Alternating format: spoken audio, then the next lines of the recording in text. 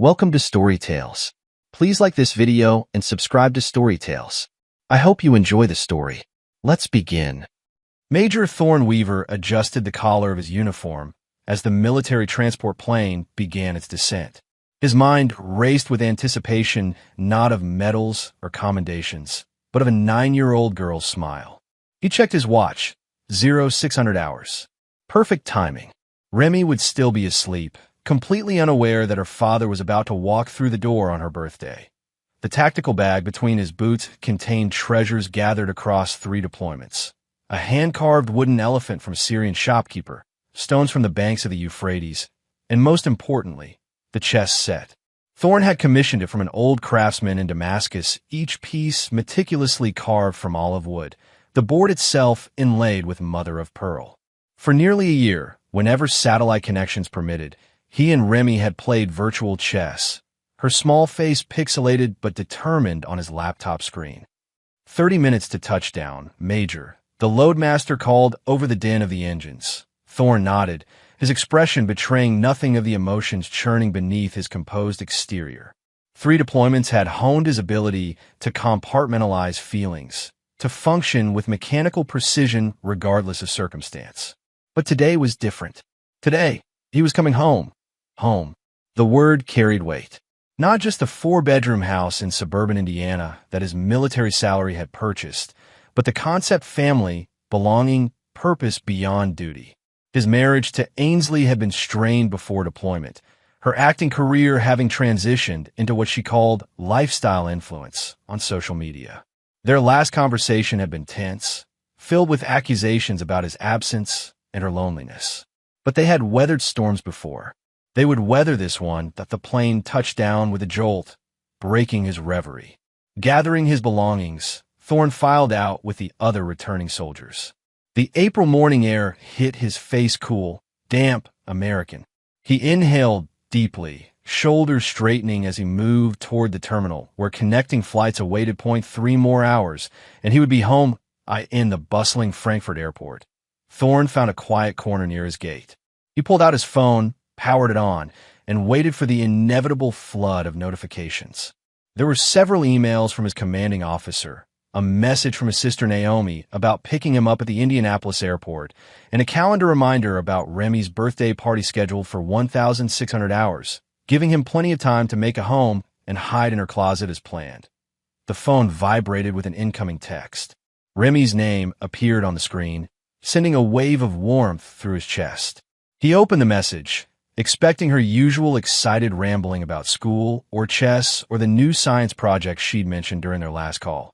Instead, the words on the screen hit him like a physical ambush. Birthday is better without you. I like new daddy more than you. And mom doesn't want you here either. Don't come. Thorne stared at the screen, his face a mask of military stoicism while his mind processed the information with tactical precision. New daddy.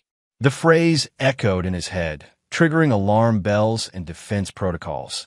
His fingers hovered over the keyboard for exactly 27 seconds. Then, with the same precision he used to coordinate supply routes through hostile territory, he typed a single word, understood. He pocketed the phone, stood up, and walked to the near service desk. I need to change my final destination, he said to the attendant, his voice calm and measured. Is there a flight to the base in Fort Wayne instead of Indianapolis? The extended stay motel room was Spartan: a bed, a desk, a small kitchenette, and a bathroom. It suited Thorne perfectly. He placed his bag on the bed and unpacked with military efficiency. Clothes in the drawer, toiletries in the bathroom, laptop on the desk. The chess set remained in his bag. He couldn't bring himself to look at it just yet. Sitting at the desk, he opened his laptop and began the process he'd rehearsed mentally during the flight from Frankfurt. His fingers moved with deliberate purpose across the keyboard as he logged into his military portal.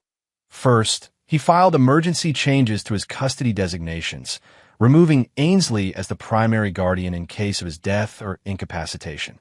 Next, he revoked all power of attorney privileges he'd granted her before deployment. Then, he redirected his military benefits away from their joint accounts to a new account he'd prepared for this contingency, because soldiers always plan for contingencies. Finally, he scheduled a consultation with JAG, the Judge Advocate General's office. Military lawyers who understood military problems. Though this wasn't a military problem, strictly speaking, this was something else entirely. Each form he filled out required electronic confirmation. Each confirmation asked if he was certain. Each time, he clicked yes without hesitation. Why 2,200 hours, he had constructed the first phase of what his military mind automatically categorized as a tactical withdrawal. Clean, efficient, by the book. No room for emotional compromise. But he tried to sleep, but found himself staring at the ceiling, replaying years of memories like intelligence briefings, searching for missed signals. Had Ainsley been unfaithful before? Who was this new daddy? When had Remy decided her real father was disposable? At 0400 hours, his phone vibrated again. A text from Ainsley. Where are you? We need to talk. He didn't respond. AT0430. Another. Thorn, this is ridiculous. Come home now. At 0500. I'm going to call the base if you don't answer me. At 0600, the calls began. First Ainsley, then numbers he didn't recognize. By noon, he had 26 missed calls. The last one came from a number that a quick search identified as belonging to Martin Graff, family law attorney. Thorne smiled grimly. So it had escalated to legal territory already. That meant Ainsley was scared. Good. He texted Naomi. Change of plans. Don't tell anyone I'm back. Need to meet. Her response came immediately. What happened? Compromised position. Need intel. Soldier speak for she screwed you over? On my way. Thorne appreciated his sister's directness. A nurse who worked in the ER, Naomi dealt with crisis the same way he did head-on, no sugarcoating. They'd grown up with a father who tolerated no weakness, a military man himself who ran their household like a platoon. The training had served them both well. While waiting for Naomi, Thorne made a call to someone who understood both worlds, military and family. Lori Tyne. It's Weaver. A pause. Thorne, aren't you supposed to be surprising that little girl of yours today? Plans changed. Need your expertise. Lori had been the medic in his platoon during his first deployment. Now the family therapist specializing in military families. She'd seen it all, the broken marriages, the children caught in crossfire, the aftermath of combat both overseas and at home. What happened? Her voice shifted to professional mode. I'm not going home. Ainsley has someone else. Remy. He paused, the name catching in his throat. Remy says she has a new dad. Lori's sigh carried years of similar stories. Where are you staying? He gave her the motel information. I'll be there at 1800. We'll strategize. Appreciate it. Thorne. Her voice softened slightly. Don't do anything yet. Strategic patience. Roger that. He ended the call and opened his laptop again. Time to gather intelligence. In combat zones, information was often the difference between life and death. This was no different. 2 hours later, he had a baseline. Social media was never his territory, but told stories to those who knew how to read it. Ainsley's Instagram was full of carefully curated images, her modeling athletic, where promoting meal replacement shakes, posing in their house. But in the past 4 months, a new figure had appeared. Bryce Haldeman, former high school baseball coach, current life mentor with a podcast and a supplement line. Square jaw, perfect teeth, and a habit of standing too close to Ainsley in photos. In the most recent posts, Bryce appeared in their home, Thorne's home, in the background of Ainsley's exercise videos. In one, he was cooking in Thorne's kitchen. In another, a child's hand, Remy's hand, reached for a plate of food he was offering. Thorne closed the laptop just as a knock came at the door. Naomi stood there, her scrubs still on from her shift, dark circles under her eyes matching his own. She took one look at him and shook her head. Tell me, she said simply. He did, showing her the text from Remy. Naomi's face hardened. That's not Remy talking. That's Ainsley poisoning the well. She sat on the edge of the bed. What's your plan? Gathering intelligence, building a strategy, then executing with precision. In English, Big Brother. I'm going to destroy her legally and completely without ever raising my voice. Naomi nodded slowly. You'll need proof. And allies. Already on it. Lori Tyne is meeting us here at 1800. The medic who's now a therapist? Good call. Naomi paused. What do you need from me? Eyes and ears. You're still in their social circle. I need to know what's being said, who's aligning where. Consider it done. She hesitated. Have you seen Remy yet? The mention of his daughter's name cracked something in Thorne's carefully maintained facade. His voice, when it came, was rough. No, and I'm not going to. Not until I understand what's happening. Naomi placed a hand on his shoulder. Remember that text might not be from her. Kids don't talk like that unless they're coached. Thorne nodded, but his eyes were distant. Either way, the objective is clear. And what's that? Protect Remy from all of this. Even if that means protecting her from me. Lori Tyne arrived exactly at 1800 hours, carrying a briefcase and a determination that Thorne remembered well from their deployment days. She'd once stitched up a wounded sergeant while under fire, never flinching when rounds hit the wall inches from her head. That same focus was now directed at Thorne's situation. First things first, she said, settling into the room's only chair while Thorne sat on the bed and Naomi leaned against the wall. We need to establish the facts before emotions. I don't do emotions, Thorne said flatly. Lori and Naomi exchanged glances. Right, Lori continued. Let's start with what we know for certain. Ainsley has been seeing someone this Bryce character. How long? Based on social media timestamps, at least 4 months, Thorne replied. Possibly longer. And he's been around Remy. Affirmative. Lori nodded, making notes. That's violation number 1. Your deployment orders clearly state who is authorized to provide childcare in your absence. Unless Ainsley added him to that list. She didn't. Then she's in violation of military family protocols. Lori leaned forward. Now about this Bryce Haldeman. I've heard that name. Naomi's eyebrows raised. You know him? Not personally, but in my practice, I work with the school districts sometimes. Haldeman was a baseball coach at East Ridge High until about 18 months ago. There was talk. What kind of talk? Thorne's voice was dangerously quiet. Lori met his gaze directly. Nothing proven. Allegations of verbal abuse toward players. Some parents complained he was too aggressive, used shame tactics for motivation. The school board investigated, but found nothing conclusive. He resigned before any formal action. That's it, Naomi asked. No, Lori sighed. There is also a restraining order filed against him by a woman named Jessica Landon about 2 years ago. It was settled out of court, records sealed. Thorne processed this information with tactical precision. Financial status? That I don't know, Lori admitted. I'll find out, Naomi interjected.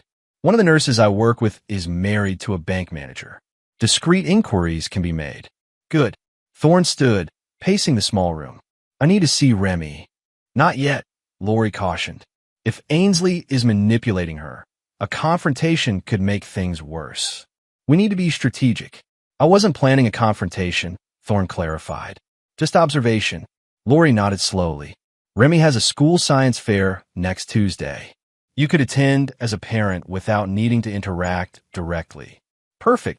Thorne turned to Naomi. What's being said about my absence? Naomi's face darkened. Ainsley told everyone you extended your deployment voluntarily, that you chose the army over your family again. She's playing the abandoned wife angle hard. Interesting narrative. Thorne's voice remained neutral, but his hands tensed at his sides. Who's buying it? Most people. She's very convincing, brother. And Bryce is charming in that slick, coach-giving a pep talk way. They make a photogenic couple. Photos lie, Thorne said simply. Lori stood, gathering her notes. Here's what we do. First, document everything. Screenshots, records, timestamps. Second, build your support network quietly. Third, prepare for legal action, but don't initiate yet. I've contacted JAG. Thorne informed her. Good start, but you'll need a civilian attorney too. Family court isn't military territory. Lori paused. There's one more thing. Both siblings looked at her. You need to consider the possibility that Remy's paternity might become an issue. The room went still. Explain, Thorne demanded. If Ainsley has been unfaithful now, it raises questions about the past, given Remy's age and the timing of your deployment schedule. She didn't finish the sentence. Thorne's face revealed nothing, but Naomi cursed under her breath. I always wondered, she admitted quietly. Remy doesn't look like either of you. DNA testing, Thorne said after a moment. Discreet and legally admissible. I can arrange it, Lori confirmed. There are court-certified labs that do discreet testing. But Thorne, her voice softened. Are you prepared for what the results might show? He met her gaze, his eyes as hard as they'd been in combat zones. I'm prepared for anything. Knowledge is tactical advantage. After Lori left, Naomi stayed, watching her brother with concern as he methodically created files on his laptop, organizing his intelligence, gathering with military precision. You should eat something, she finally said. Not hungry. Doesn't matter. Soldiers need fuel. He looked up at her, the ghost of a smile touching his lips. You sound like Dad. God help me. She pulled out her phone. I'm ordering pizza. And then you're going to tell me what you're not telling Lori. Thorne raised an eyebrow. Don't give me that look. I know you've got contingency plans she doesn't know about. He closed the laptop. I need to get close to Remy without Ainsley knowing. For the DNA test. That's part of it. And the other part, I need to know if that text really came from her. If she really feels that way. Naomi nodded slowly. You need Silas. Their cousin Silas Rourke worked as a machinist at the factory where many local parents were employed. More importantly, his wife was a teacher's aide at Remy's school. Already texted him. He's coming by tomorrow. Naomi sat beside her brother on the bed. You know, when you were deployed, I checked on them. Remy asked about you constantly. Whatever she's saying now, that little girl adored you. Thorne's jaw tightened. Things change. Not that fast, not that completely. Not unless someone's working very hard to make them change. He didn't respond, and Naomi didn't push. They sat in silence, the soldier and the nurse, two siblings forged in the same disciplined fire, waiting for the arrival of food neither of them really wanted. Later that night, after Naomi left, Thorne's phone buzzed with a call from a number he recognized. Remy's school tablet. He answered immediately. Hello. A small voice, uncertain. Remy. He kept his voice neutral. Dad. The word sent a jolt through him. Are you mad at me? Before he could answer, he heard commotion in the background. Ainsley's voice sharp and sudden. Remy. Who are you talking to? Give me that right now. The call ended abruptly. Thorne sat perfectly still for exactly 60 seconds, controlling his breathing the way he'd been trained to do before taking a difficult shot. Then he picked up his phone again and called Lori. I need that DNA test as soon as possible, he said without preamble. And I need a burner phone. Tomorrow. Understood, she replied. Using his own language, he ended the call, lay back on the bed, and stared at the ceiling, counting his heartbeats until they slowed to a tactical idle. Emotion was the enemy of precision, and right now, precision was all that mattered. Thorne stood at the back of the elementary school gymnasium, baseball cap pulled low, civilian clothes making him nearly anonymous among the clusters of parents admiring science projects. His eyes never left the small girl with auburn hair at table 14, her project on water purification systems, reflecting his explanations during their video calls months ago. Silas approached casually, pretending to examine a volcano display nearby. Northwest corner, he muttered. The baseball coach and your wife just arrived. Thorne didn't turn to look. Remy's reaction? Nervous. Keeps looking at the door. Might be looking for you. A muscle twitched in Thorne's jaw. Is the package ready? Silas nodded. My wife will hand it to her during the lunch break. Say it's from her science teacher. The swab kit is inside the calculator case. Instructions included. Good. You sure about this, Thorne? DNA testing your own kid is heavy stuff. She might not be my kid. That's the point. Silas shook his head slowly. Man, I hope you're wrong. So do I. But Thorne's tone suggested he believed otherwise. The crowd shifted, and suddenly there was a clear line of sight between Thorne and the happy family. Ainsley, radiant in an expensive dress, her arm linked with Bryce Haldeman's. Both of them smiling for a photo another parent was taking beside Remy's project. Remy stood slightly apart, her small shoulders tense, smile not reaching her eyes. Bryce placed a hand on Remy's shoulder, squeezing it in what looked like encouragement, but made the girl flinch almost imperceptibly. Only someone who knew her as well as Thorne would have noticed. Easy, Silas murmured, sensing the change in his cousin's posture. Strategic patience, right? Thorne forced himself to relax. Roger that. He watched as the judging began, making his way closer to Remy's table when Ainsley and Bryce moved to chat with other parents. From 20 feet away, he could see Remy explaining her project to the science teacher, her small hands gesturing enthusiastically. Pride swelled in his chest before he ruthlessly suppressed it. Focus on the mission. During the lunch break, he observed as Promise Silas's wife casually handed Remy a calculator case, explaining something with a smile. Remy looked confused, but took it, slipping it into her backpack. Mission Phase 1. Complete. Thorne was about to leave when he heard Ainsley's voice too loud, slightly performative. Oh, Bryce has been such a blessing. Military life is so unstable for children. Remy needs a consistent father figure. He froze, listening as she continued speaking to two other mothers. Thorne chose to extend his deployment. Again, some men just aren't cut out for family life. Thank God Bryce understands children's emotional needs. The rage that surged through Thorne was cold and calculated. He didn't interrupt, didn't confront. Instead, he took out his phone and recorded the conversation, maintaining distance, gathering evidence with the precision of a reconnaissance mission. Later that night, in his motel room, Thorne uploaded the recording to his encrypted files. Lori and Naomi sat across from him as he explained the day's events. So the DNA sample? Lori asked. Instructions were to swab the inside of her cheek and seal it in the provided container. Return to the calculator case, which has a secret compartment. Leave at her desk. Silas's wife will retrieve it tomorrow. And you're sure Remy will do it? The instructions say it's part of her science project. A special genetics add-on that could help her win. She's competitive. She'll do it. Naomi shook her head, using her drive to win against her. That's cold, Thorne. War isn't warm, he replied flatly. And make no mistake, this is war. Lori opened her briefcase. I've been doing background on Bryce Haldeman. It's worse than I thought. She handed Thorne a folder. 2 bankruptcies in the last 5 years, both hidden under LLC names. A complaint filed by a player's parent alleging verbal abuse. The restraining order I mentioned, and a history of attaching himself to women with resources. Thorne flipped through the documents with methodical attention. He's targeting Ainsley for her growing social media income, and her military benefits through you, Naomi added. Your housing allowance is paying for their lifestyle. Not anymore. Thorne closed the folder. I've redirected everything. The account she has access to will be empty by end of week. That will force her to show her hand, Lori cautioned. Good. I need her making mistakes. A knock at the door interrupted them. Thorne answered it to find Silas, expression grim. Got the sample. Already dropped it at the lab. But there's something else.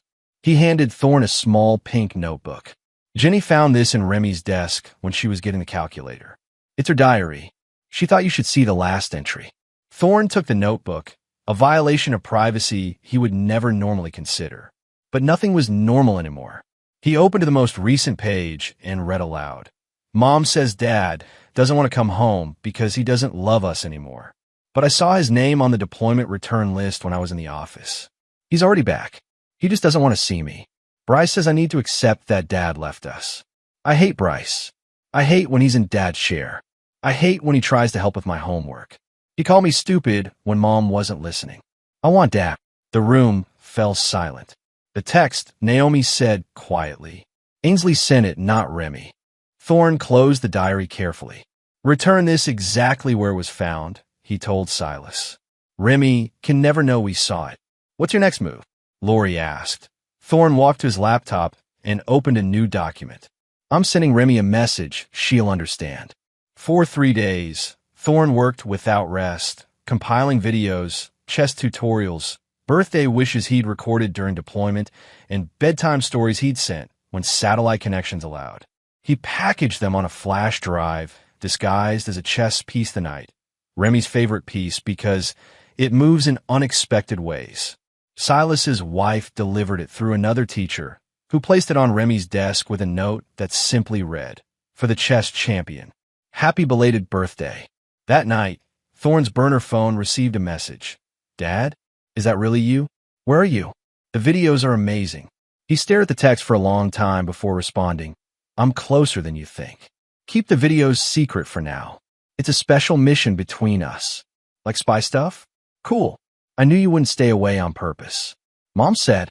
The message cut off abruptly. 20 minutes later, a new one arrived. "This is Ainsley. Stop filling Remy's head with fantasies. You abandoned us. Now deal with the consequences. She doesn't need your inconsistent presence in her life." Thorne didn't respond to that message. Instead, he called Nolan Chase, the JAG attorney who had agreed to take his case. "It's time," he said simply. "I need everything in motion by tomorrow."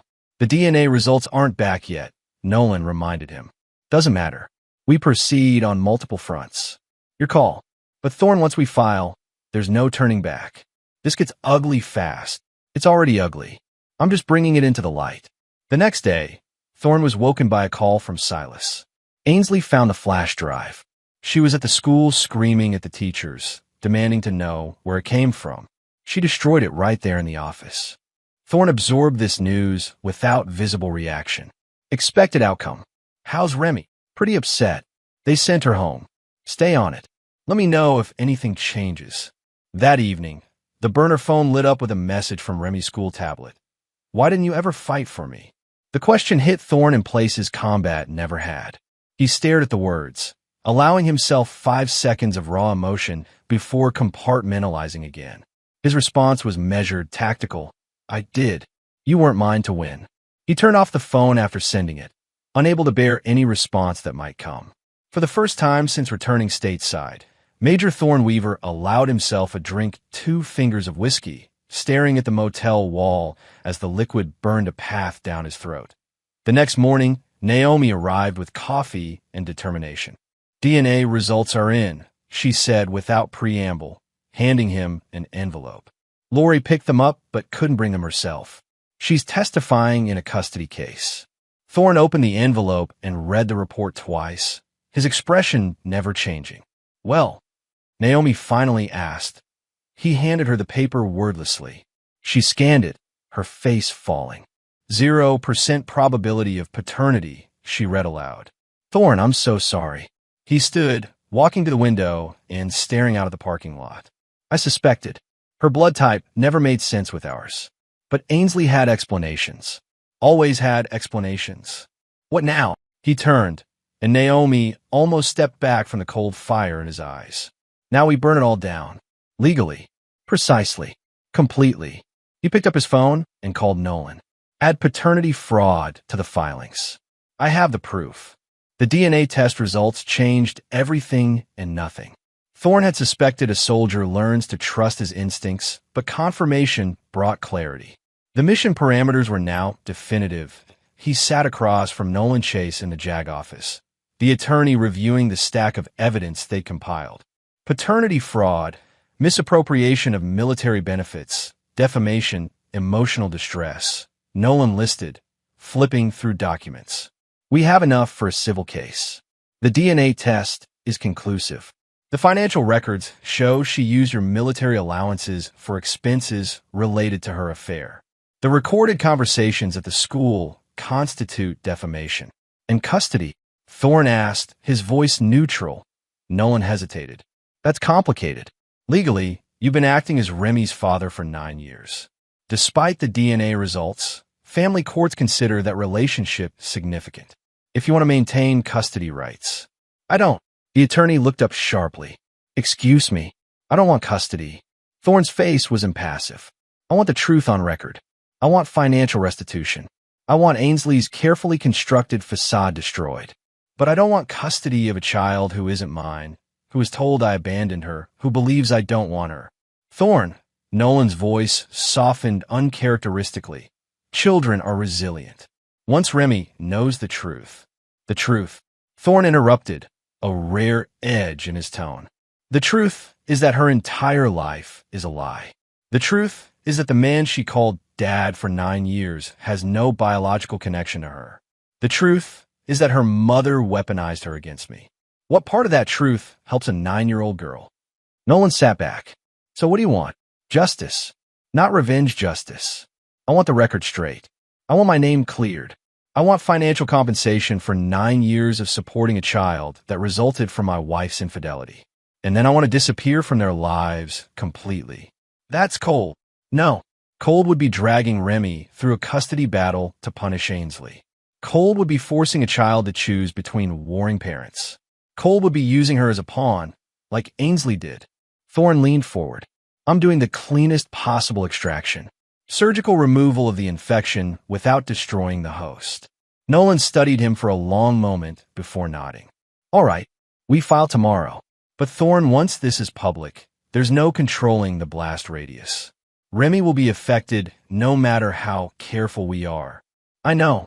For just a moment, pain flickered across Thorne's features. That's why my portion of any settlement will be placed in a trust for her education. Anonymous donor.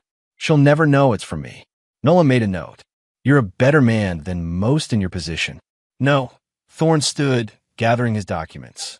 I'm just a soldier who knows when civilian casualties are unavoidable, but does everything possible to minimize them. As he left the JAG office, Thorne's phone rang. Lori's number. Ainsley's looking for you, she said without greeting. She's been calling mutual acquaintances, checked the base, even came to my office. Let her look. She's scared, Thorne. Whatever you've set in motion has her running. Good. A pause. Remy asked about you in our session today. Thorne's step faltered. You're counseling Remy? School referred her after the flash drive incident. They're concerned about her emotional state. He resumed walking, pace steady. What did she say? She asked if soldiers ever come back different. If combat can make a father stop loving his child. Thorne's grip tightened on the phone. What did you tell her? That combat changes soldiers, but a father's love doesn't just disappear. That sometimes adults make decisions children don't understand. That none of this is her fault. Thank you. His voice was rough. She also said she knows you're back. She saw your name on a list in the school office military family deployment returns. She's been looking for you. She won't find me. Thorne, the legal filing's going tomorrow. Make sure she has support when it hits. He ended the call and continued to his car, back straight, eyes forward, emotions locked down tight. The mission was in motion. All that remained was execution. The news broke like a controlled demolition, precise, targeted, devastating. The lawsuit filed by Major Thorne Weaver against Ainsley Weaver included paternity fraud, defamation, and misappropriation of military benefits. Local media picked it up immediately. A decorated soldier discovering his wife's deception made for compelling headlines. Thorne watched it unfold from the background, never giving interviews, never appearing in public. His team, Naomi, Silas, Lori, and Nolan, operated with military precision, each handling their assigned sector of the battle. Naomi managed family connections, ensuring the correct narrative spread through their social circles. Silas gathered intelligence from the community, reporting back on reactions and countermovements. Lori monitored Remy's psychological state through her school counseling contacts. Nolan handled the legal front, advancing their position through courts and filings. Ainsley, caught unprepared, resorted to what she knew best: social media. Her tearful videos claimed Thorne was unstable from combat, that he'd abandoned them, that Bryce was the only father figure Remy had ever really known. Her followers rallied around her initially. But then the evidence began to emerge: bank statements showing military funds used for vacations with Bryce, recordings of her defaming Thorne to other parents, and finally, the DNA test results that proved conclusively that Thorne was not Remy's biological father. The tide turned swiftly. Sponsors began dropping Ainsley from their campaigns. Her carefully crafted image as the loyal military wife raising a child alone crumbled under the weight of documented facts. Bryce Haldeman disappeared from her social media entirely. According to Silas's sources, he'd moved out of Thorne's house the day after the lawsuit was filed, 10 days into the legal battle. Thorne met with his team at Lori's office. Ainsley's attorney has reached out, Nolan reported. They want to settle. Terms? Thorne asked. They'll acknowledge the paternity fraud and defamation. They're offering a financial settlement that's insultingly low. And they want a gag order. No one talks about this publicly again. Counter with triple that amount. No gag order. Full public acknowledgement of all claims. Naomi, sitting beside her brother, nodded approvingly. Hit them where it hurts her public image. What about Remy? Lori asked quietly. She's struggling.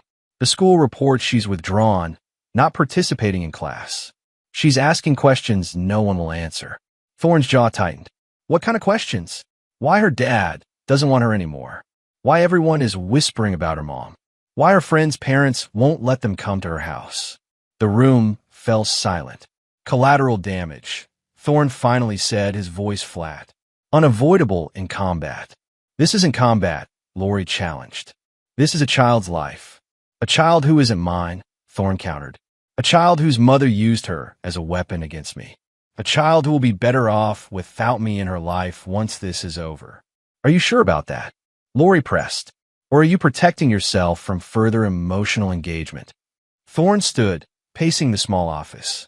My objective has always been clear. Extract myself from a situation built on lies while ensuring appropriate consequences for the responsible parties. Remy is a victim of her mother's actions, not mine. But you were her father, Lori insisted. For 9 years, biology aside, you were the man she called dad. That bond doesn't just disappear because of a DNA test. It disappeared when Ainsley poisoned her against me, Thorne said sharply. When she texted me not to come home. When she said her new daddy was better. She didn't send that text. Naomi interjected. You know, Ainsley did. It doesn't matter. Thorne's voice had the finality of a closing door. The damage is done. The cleanest extraction now is a complete one. Later that evening, Thorne sat alone in his motel room, staring at the chess set he still hadn't unpacked. His phone buzzed with a message from a number he didn't recognize. They're saying you're not my real dad.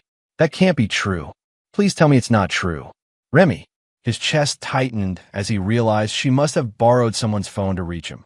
For several minutes, he stared at the message, tactical mind calculating responses and consequences. Finally, he typed, The truth is complicated. But for 9 years, I loved you as my daughter. Nothing changes that. He hesitated, then added, I'm sorry you're caught in the middle of adult problems. None of this is your fault. The response came quickly. Then why won't you see me? If you still love me, why are you hiding? He closed his eyes, discipline wavering. Because sometimes the kindest thing a soldier can do is complete the mission and move on. You'll understand when you're older. I want to understand now. I want to see you. Thorne's fingers hovered over the keyboard. Strategic decisions required emotional distance. Emotional distance was his specialty. And yet, one meeting, he finally replied. Centennial Park. Saturday at noon. By the chess tables. I'll be there. I promise. He turned off the phone and placed it in the drawer. Mission parameters adjusted. Final extraction delayed by 72 hours. The chess tables at Centennial Park sat empty under a cloudy sky as Thorne arrived 15 minutes early, military punctuality ingrained in his movements. He wore civilian clothes, jeans, a dark jacket, sunglasses, nothing that would mark him as a soldier. He chose a table with clear sight lines to all park entrances, positioned himself with his back to a large oak tree, and waited.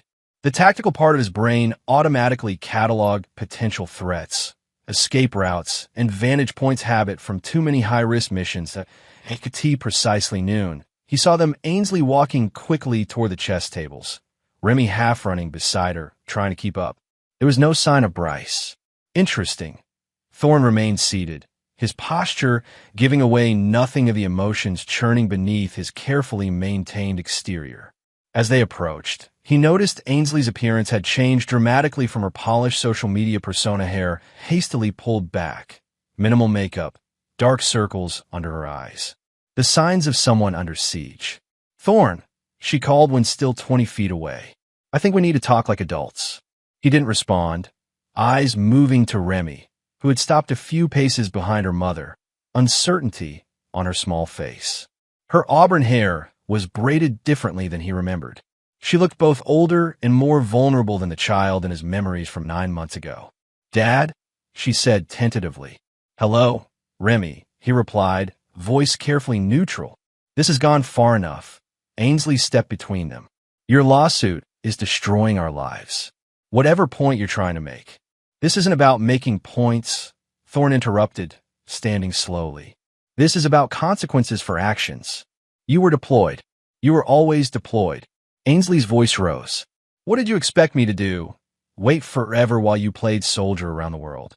I expected honesty, Thorne replied evenly. I expected fidelity. I expected you not to pass another man's child off as mine for 9 years. Remy's face crumbled. What does that mean? Ainsley whirled toward her daughter. Nothing, honey. Your father is just angry. The DNA test says I'm not her father, Thorne stated flatly. You've known that all along, haven't you, Ainsley? You son of a.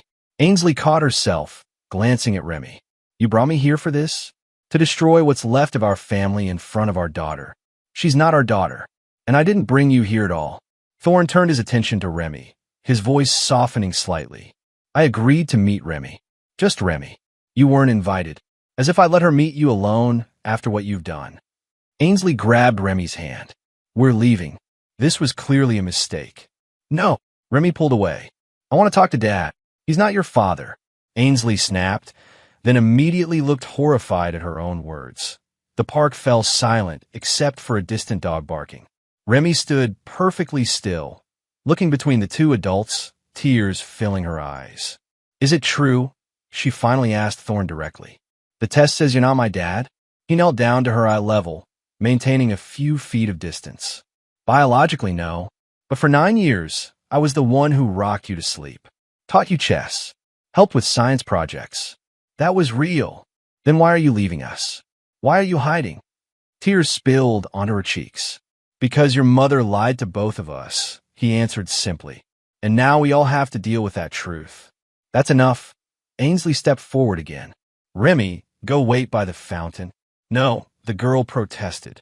Now, reluctantly, Remy walked away, glancing back repeatedly over her shoulder. Once she was out of earshot, Ainsley's demeanor changed completely. What do you want? Money? Fine. Name your price. But drop this lawsuit. It's not about money. Then what? Revenge? Punishing me for moving on while you were gone.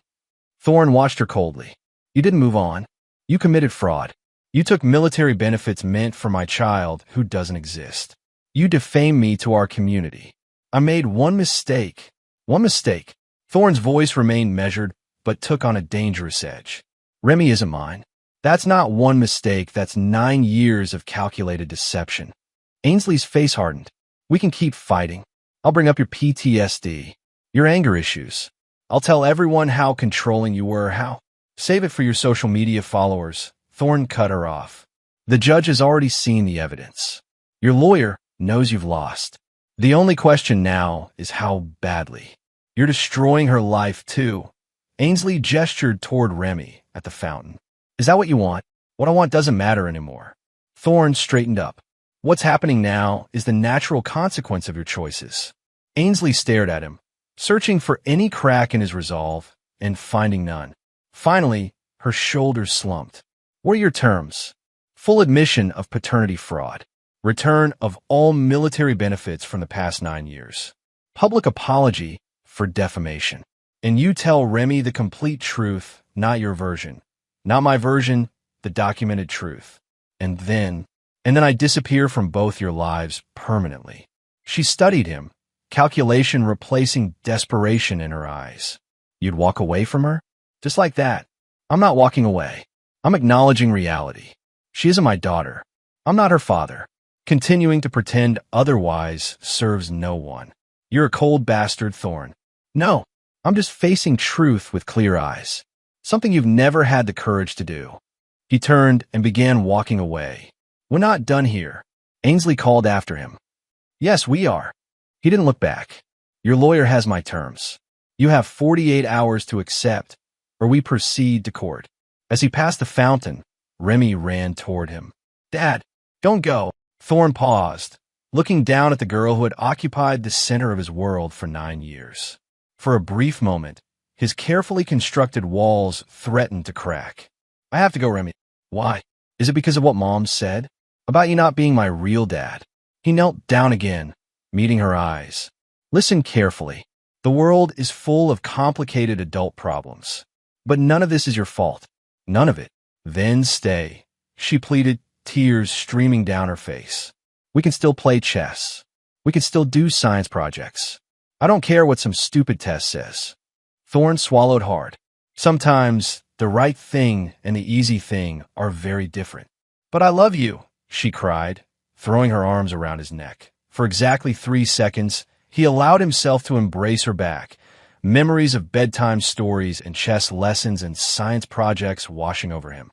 Then he gently disengaged her arms. You believe the lies because they came with comfort, he said softly. I live the truth alone. He stood as Ainsley approached. Remy grabbed his hand. Please, Dad. Please be my dad again. Thorne looked down at her, his face a careful mask. Fathers aren't toys you switch out. You have a new daddy. Stick with him. With that, he turned and walked away, never looking back even as Remy's sobs echoed across the park. Each step felt like marching through quicksand, but his posture remained military straight. His pace steadied. In his car, out of sight from the park, he sat motionless for exactly 10 minutes, allowing himself to experience the full force of what he'd just done. Then, with the disciplined compartmentalization that had kept him alive in combat zones, he locked it away, started the engine, and drove toward the next phase of the mission. The legal proceedings concluded with the swiftness of a well-executed tactical strike. Ainsley, faced with overwhelming evidence and the threat of public court testimony, accepted Thorne's terms. The settlement was filed, the financial arrangements made, the admissions documented. Thorne watched it unfold from a distance, receiving updates from Nolan, but never attending the proceedings himself. His presence wasn't necessary. The evidence spoke for itself. 2 weeks after the park meeting, Thorne sat in Lori's office for what he decided would be their final strategic session. Ainsley's sponsors have all dropped her, Lori reported, scrolling through her tablet. Her social media following has plummeted. The abandoned military wife narrative is thoroughly discredited. And Bryce? Thorne asked. That's the interesting part. IRS opened an investigation into his supplement business last week. Apparently, someone anonymously submitted documentation of tax irregularities. Thorne's expression revealed nothing, but Naomi, sitting beside him, smirked. Anonymous, huh? They found enough to charge him. Lori continued. He was arrested yesterday. Remy. Thorne's voice remained neutral, but both women noticed he still asked about her first. Lori's expression softened. Struggling, but resilient. She's in therapy 3 times a week. School reports she's gradually re-engaging with classmates. She asks about you. Thorne nodded once, absorbing the information without comment. The financial settlement came through, Nolan announced, entering the office with a folder. Ainsley didn't contest the final figures. Full amount, paid in installments over 5 years. The trust for Remy, Thorne asked, established as directed. Anonymous donor, funds available for education upon her 18th birthday. Good. Thorne stood. Then our business is concluded. The others exchanged glances. Just like that, Naomi asked, You're done. The mission is complete. Objectives achieved. Time to move on. To what? Lori challenged. Where do you go from here, Thorne? I've requested transfer to Fort Lewis, Washington. It was approved this morning. I leave next week. Running away. Naomi's voice held an unusual edge. Thorne looked at his sister steadily. Strategic redeployment. This theater of operations is concluded. Later that evening, Thorne packed the few possessions he'd accumulated during his stay at the extended stay motel. Everything fit into 2 duffel bags, the soldier's habit of traveling light serving him well. The chess set remained in its original bag, still unopened, that a knock at the door interrupted his methodical packing. He opened it to find Lori standing there, a small envelope in her hand. From Remy, she said simply. She asked me to give it to you. Thorne took the envelope but didn't open it. How did she know you were in contact with me? She's smart. She figured it out when I was assigned as her therapist. Lori hesitated. She's going to be okay, you know? Kids are resilient. I know, but she'll always wonder why you walked away. Thorne placed the envelope in his bag. Better that than living with lies. Lori studied him. The military commendation came through. For outstanding conduct under personal duress. Quite an honor. Just doing my job. No, she shook her head. Your job was logistics. This was something else entirely. Survival, he said simply, adapting to changing conditions. Basic military doctrine. If you say so. She turned to leave, then paused. One more thing. Ainsley's pregnant. Bryce's child, apparently. Thought you should know. Thorne absorbed this information without visible reaction. History repeats. Not always. Some people learn from their mistakes. Some people, he agreed, his tone suggesting Ainsley wasn't among them. After Lori left, Thorne sat on the edge of the bed, finally opening the envelope from Remy. Inside was a child's drawing of a chessboard, pieces scattered mid-game. At the bottom, in careful handwriting, your move. He stared at it for a long time before placing it back in the envelope. Then he took out the chess set, unwrapping it for the first time since his return. The hand-carved olive wood pieces gleamed in the dim motel light, the mother-of-pearl inlays on the board catching the light. Methodically, he set up the pieces in the exact position shown in Remy's drawing. He studied the board, analyzing possible moves with tactical precision. Then he took a photo of his chosen move knight to C3 and sent it to Lori with instructions to pass it on. His final communication with the child who wasn't his daughter. The next morning, Thorne donated Remy's unopened letters to a shelter for displaced military children, along with the chess set. The volunteer who accepted them asked if he wanted a receipt for tax purposes. No, he replied. Just make sure they go to someone who needs them. His last act before leaving town was to sell the house he'd once shared with Ainsley and Remy. The realtor was surprised at how quickly he accepted an offer well below market value. You could get $20,000 more if you just waited another month, she advised. I'm not waiting, Thorne told her. Close the deal. 2 days later, Major Thorne Weaver drove out of Indiana, heading west toward Fort Lewis and his new assignment. He didn't look in the rearview mirror as the town receded behind him. Soldiers learned early. Never look back at the battlefield once the mission was complete. Fort Lewis sprawled across the Washington landscape, its military precision a welcome change from the chaotic civilian world Thorne had navigated for the past 2 months. New base, new assignment, new beginning. Exactly as planned. His quarters were standard military issue, functional, Spartan, impersonal. Perfect. He unpacked his few possessions, arranged his uniforms, and reported for duty exactly 12 minutes early, as was his habit. Colonel Hayes, his new commanding officer, reviewed his file with raised eyebrows. Impressive record, Major Weaver. Your logistics work in Syria saved lives. And this commendation for personal conduct unusual for a logistics officer. Just doing my job, sir. Hayes studied him. Your transfer request was expedited. Any particular reason you were in a hurry to leave your previous posting? Family situation resolved, sir. Ready for new challenges. Family situation. Hayes nodded slowly. The paternity fraud case.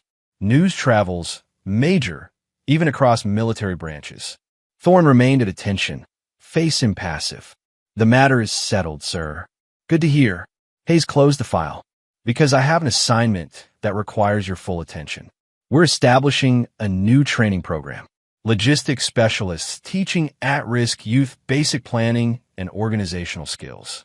Practical life application of military disciplines. Sir, it's part of our community outreach.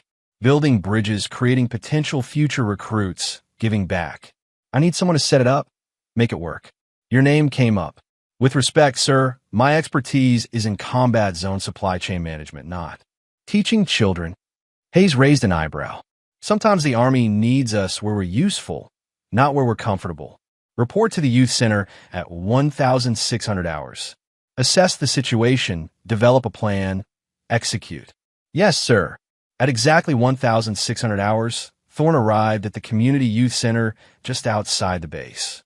The building was worn but clean, filled with teenagers from the surrounding low-income neighborhoods. The program coordinator, a retired sergeant named Marlene Diaz, greeted him with a firm handshake. Major Weaver. Heard good things. From whom? Lori Tyne. We served together years back. She said you'd be perfect for this. Thorne's expression tightened almost imperceptibly. So this wasn't random. Lori had engineered this assignment, likely with Naomi's help. A mission of rehabilitation disguised as a new posting. "What exactly am I supposed to do here?" he asked bluntly.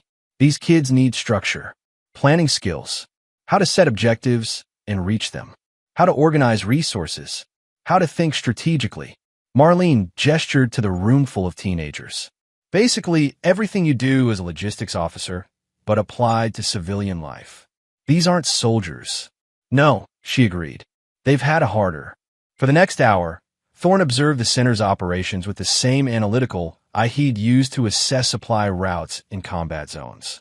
The teenagers were chaotic but not undisciplined. They responded to clear instructions, showed interest in activities with defined objectives, and demonstrated surprising resourcefulness with limited materials. One boy in particular caught his attention, about 14, skinny but strong, with watchful eyes that missed nothing.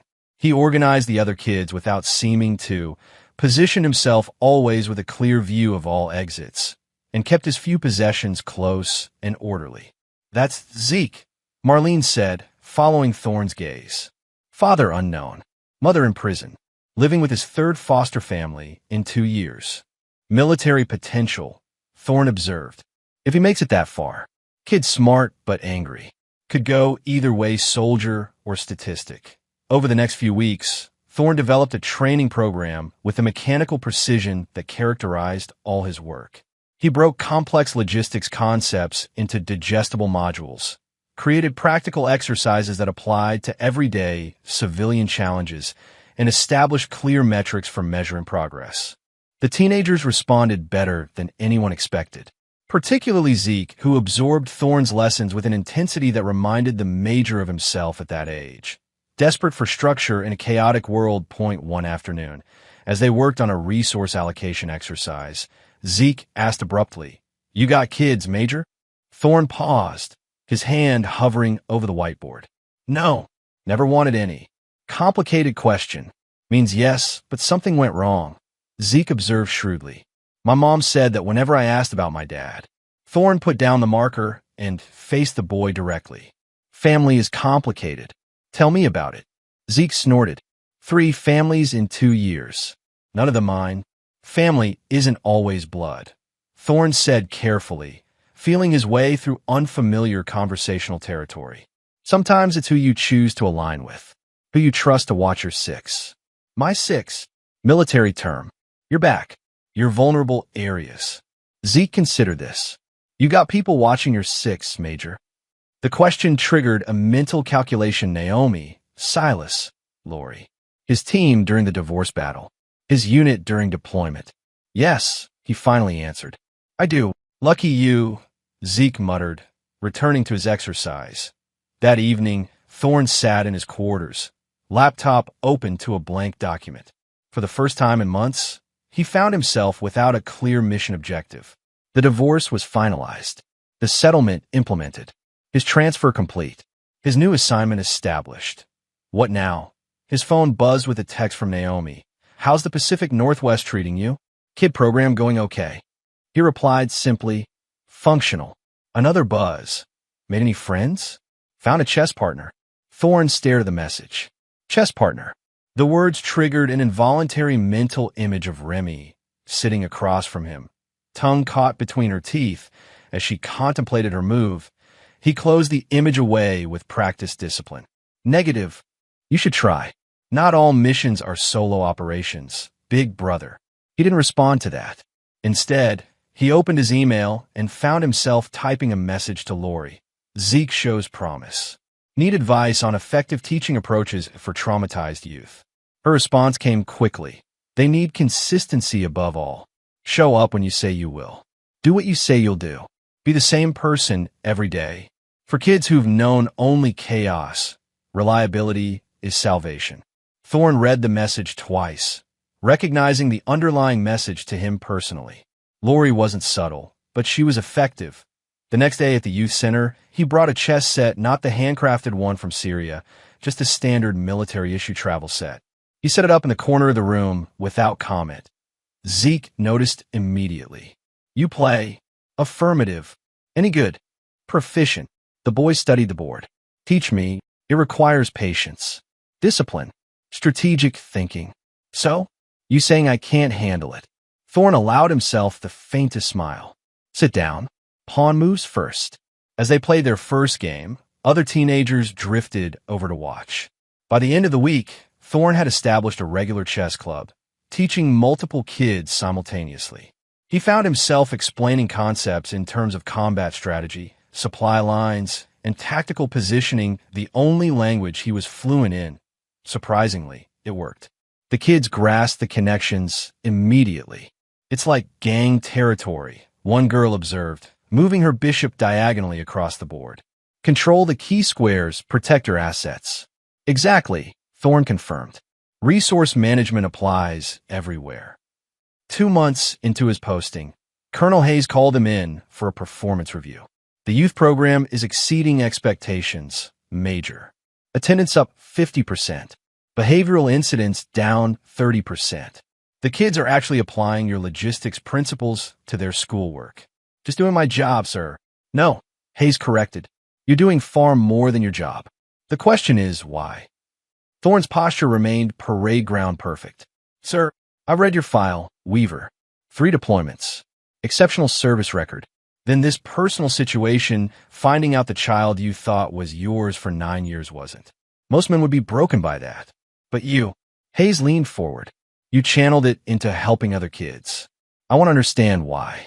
For a moment, Thorne considered his standard response deflection, minimization, retreat behind military formality. But something had shifted within him over the past months. When I left Indiana, he said slowly, someone told me that family is earned in truth, not forged in betrayal. I've been thinking about that, about what makes a real connection between people. And I've concluded that it's choice, sir. Not blood, not legal documents, not even shared history. It's the daily choice to show up, to be reliable, to build something meaningful despite the risks. Hayes nodded thoughtfully. You're talking about those kids at the center. Yes, sir. And my former daughter. And myself. Thorne met his commander's eyes directly. I'm helping those teenagers because they need someone who won't betray them. Someone who shows up. Someone who sees their potential rather than their damage. It's healing. For all of us. Well said, Major. Hayes stood, indicating the meeting was over. The program is officially extended indefinitely. Budget approved this morning. It's yours to run as you see fit. Thank you, sir. That evening, Thorne entered his quarters and did something he hadn't done since leaving Indiana. He opened his personal email account. There, buried under months of unread messages, was one from Lori with the subject line, "When you're ready." Inside was a photo of a chessboard with a single move made, pawn to e4, and a note. Remy asked me to send this. Ball in your court, Major. Thorne stared at the screen for a long time. Then he opened his laptop and began typing a new document. At the top, he wrote a single word, understood. Beneath it, he began to compose a letter to a 9-year-old girl he'd once called daughter, explaining in careful, simple terms that family was something built through truth and choice, not defined by blood or betrayal. That the past couldn't be changed, but the future was unwritten. That some bonds, once formed, remained even when circumstances changed. He ended with, your move was strong. Consider this response, knight to c3. Strategic position, multiple options. Like life itself, he attached a photo of the chess move, addressed the email to Lori with instructions to forward it if and only if she deemed it appropriate for Remy's well-being, and hit send. Then Major Thorne Weaver closed his journal, the one he'd begun keeping since starting work with the teenagers, and traced the title embossed on its cover. Understood. Not just a tactical acknowledgement anymore, but a deeper recognition of pain weathered, of trust earned, of truth embraced, and of new missions accepted.